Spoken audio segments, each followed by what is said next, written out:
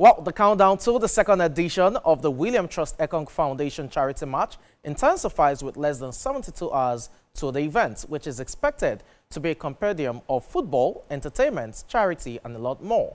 Promise Efoge and Super Eagles captain Troost-Ekong will be having a live conversation in the build-up to Sunday's event.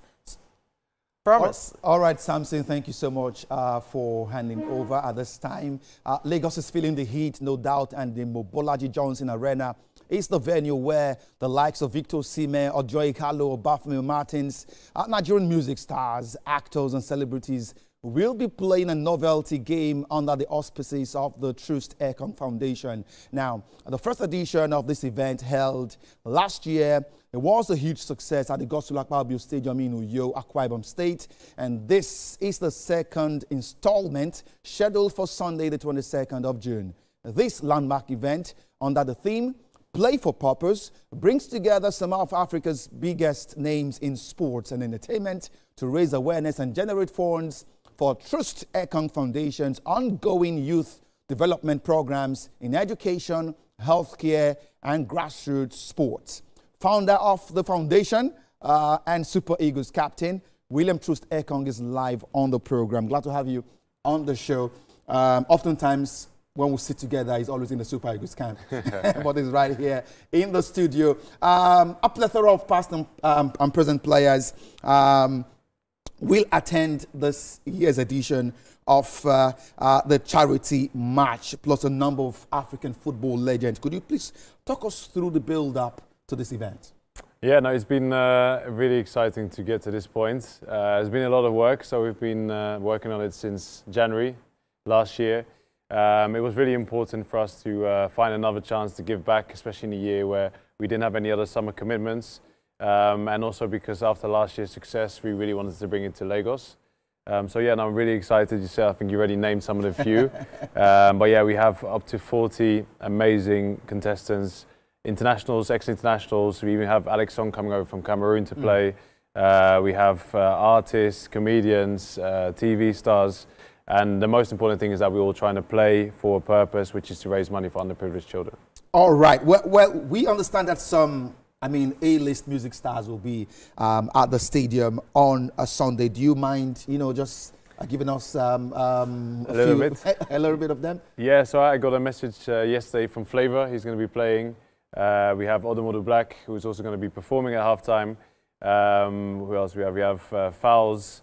We have Zlatan, who's going to come. So I could go on and on and on. These are artists who love football. They love football, and we love seeing them play, and I think it's going to be great to have them playing with us, and with the, like I said, current internationals and also ex-internationals, and let's see what they've got.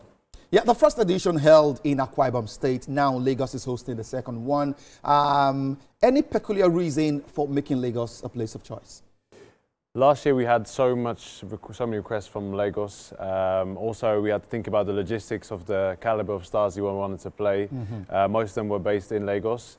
And I also quite like the idea of maybe visiting a different city every year and taking the charity game around the country. So yeah, Lagos seemed like the natural next stop. And yeah, we had the opportunity, thanks to Lagos Gov, to give us a chance to play at the stadium. And yeah, we had to take it with two hands. All right. Well, the mission of your foundation, Troost, is to empower Nigerian and African youth using football education to inspire success, resilience, and leadership. But bro, you didn't grow up in Nigeria.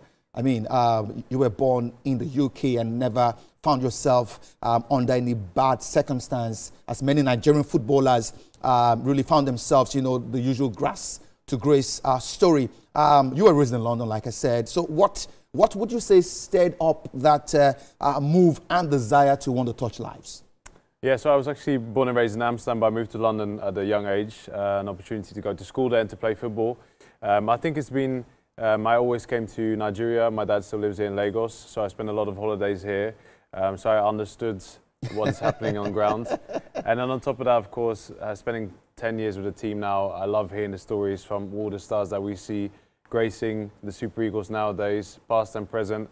And I always understood that they are coming from really difficult circumstances. And we have so much talent. It never surprises me to see a new player pop up somewhere in Europe but it's always trying to find out how they got there.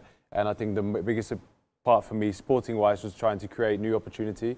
But the foundation is bigger than just football, because I want to just tap into people's ambition and showing them new opportunities, new skills, and for underprivileged children who don't have a chance to express themselves, to find something that they dream and believe in, and a chance to better themselves and do better than what we are doing. All right. Well, since inception and the first edition of the charity match last year, I mean, observers would want to know how the foundation have been able to impact lives directly or indirectly in terms of projects done, number of persons who have been either direct or indirect beneficiaries, you know, of the foundation. Yeah, so we had our biggest push last year was to have a direct impact. I think most of the things that we're trying to achieve with the foundation are all long-term projects, stuff that has to become circular beyond raising money through charity games. So it was about taking strategic partnerships. But what we did directly on ground is that we partnered with 3 orphanages in Uyo, one in my local government as well. And yeah, we did the renovations for them. Beyond that, also, we had many students who couldn't necessarily afford to pass their exams, even though they had done well in school. So together with the local government and the schools in the area, we managed to identify those students and give them a chance to sit their exams if they've been performing well enough at school.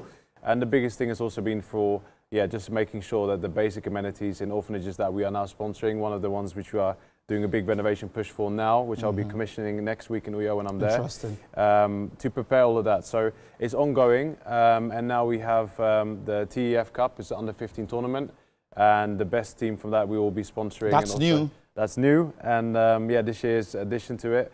But this is kind of how it works. So we try to raise the money now during the summer, and then we allocate it to different projects throughout the year until the next summer. Interesting. Well, some of the intentions of the TEF Foundation is to train and create, you know, job opportunities for young adults, improve local schools as well as, less privileged homes, like you mentioned, develop sports facilities and empower the youth using sport and education as tools. These are laudable intentions. Now, Troost, but will beneficiaries, of all of these be Nigerians, regardless of their creed or tribe, or there is a targeted part of the country for this? No, I think, that's the most difficult decision because, charity starts at home. That's true. I get reminded every day. And it's very important, I think, to choose a starting point because there's so many people you want to help, so many people you can help. But you have to just start. So for me, it made sense to start in the Akwa Ibom, in Uyo, just because that's the part where we came from originally. However, for me, that it doesn't necessarily restrict to that area. I'm more than happy to partner and do different things all around the country. And then afterwards, beyond and go into Africa. I think that's the most important thing, is to empower African youth and start in Nigeria and more locally in Akwa Ibom. Okay, before I let you go, Troost, this endeavor, no doubt, is a huge one. It's a huge one. It's a huge responsibility that requires so much in terms of funding. How much support is the foundation getting from government and possible private partnerships? Yeah, at the moment it's mainly been private partnerships. Last year, Akwa Ibom governor did step in. He also made a generous donation. I'm looking forward to seeing Lagos governor tomorrow, so we'll have some conversations about how they can be. And for me, the most important thing is not just the funding, it's about seeing how we can actually partner long term and complement the things that they're offering, because there's also already amazing work being done by several governors, both here in Lagos and in Akwa Ibom. And I don't want to be doubling up on certain areas where we can maybe partner and choose strategically how we can work. So at the moment mainly private, and we're hoping by selling tickets for the game, which is still ongoing at this moment in time, that people can see that and want to enjoy that moment with us, knowing that the money raised is going to be used for underprivileged children. Absolutely. We look forward to a very entertaining game like that which we saw in Uyo last year. Aside the football, what are the other side attractions? So we're going to have a halftime performance. I think I already gave it away with Odomodu Black. It was a massive hit last year. I think we have so many celebrities also who are non-playing. So we're going to try and set some different challenges. There's going to be a lot of giveaways, performance before the game as well. So comedy? There might be some comedy as well. Seeing AY comedy has just been confirmed to play as well. So we'll see anyone who I see fit. I'll try and put the microphone in their hand to entertain the crowd. So it'll be a fun day and afternoon. And I want everyone to go home with smiles, and hopefully that can transfer also to all the people we're going to make happy afterwards. All right, William Troost-Ekong, thank you so much for your time on the show. And I want to say big congratulations for your efforts in helping the less privileged in Nigeria. You were born with a silver spoon, I would say, but looking at Nigerian youths and making efforts to support. Thank you so much for all you do for Nigerian football and for all you do for Nigerian youths. Thank you.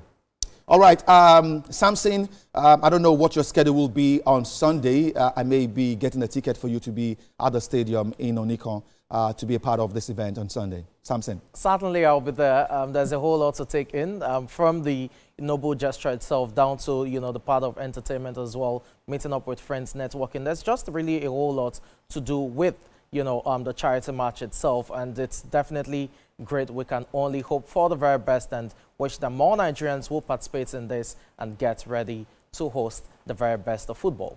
Well, away from that now, let's talk about national team football, and here are the perennial rivals, the Super Falcons of Nigeria,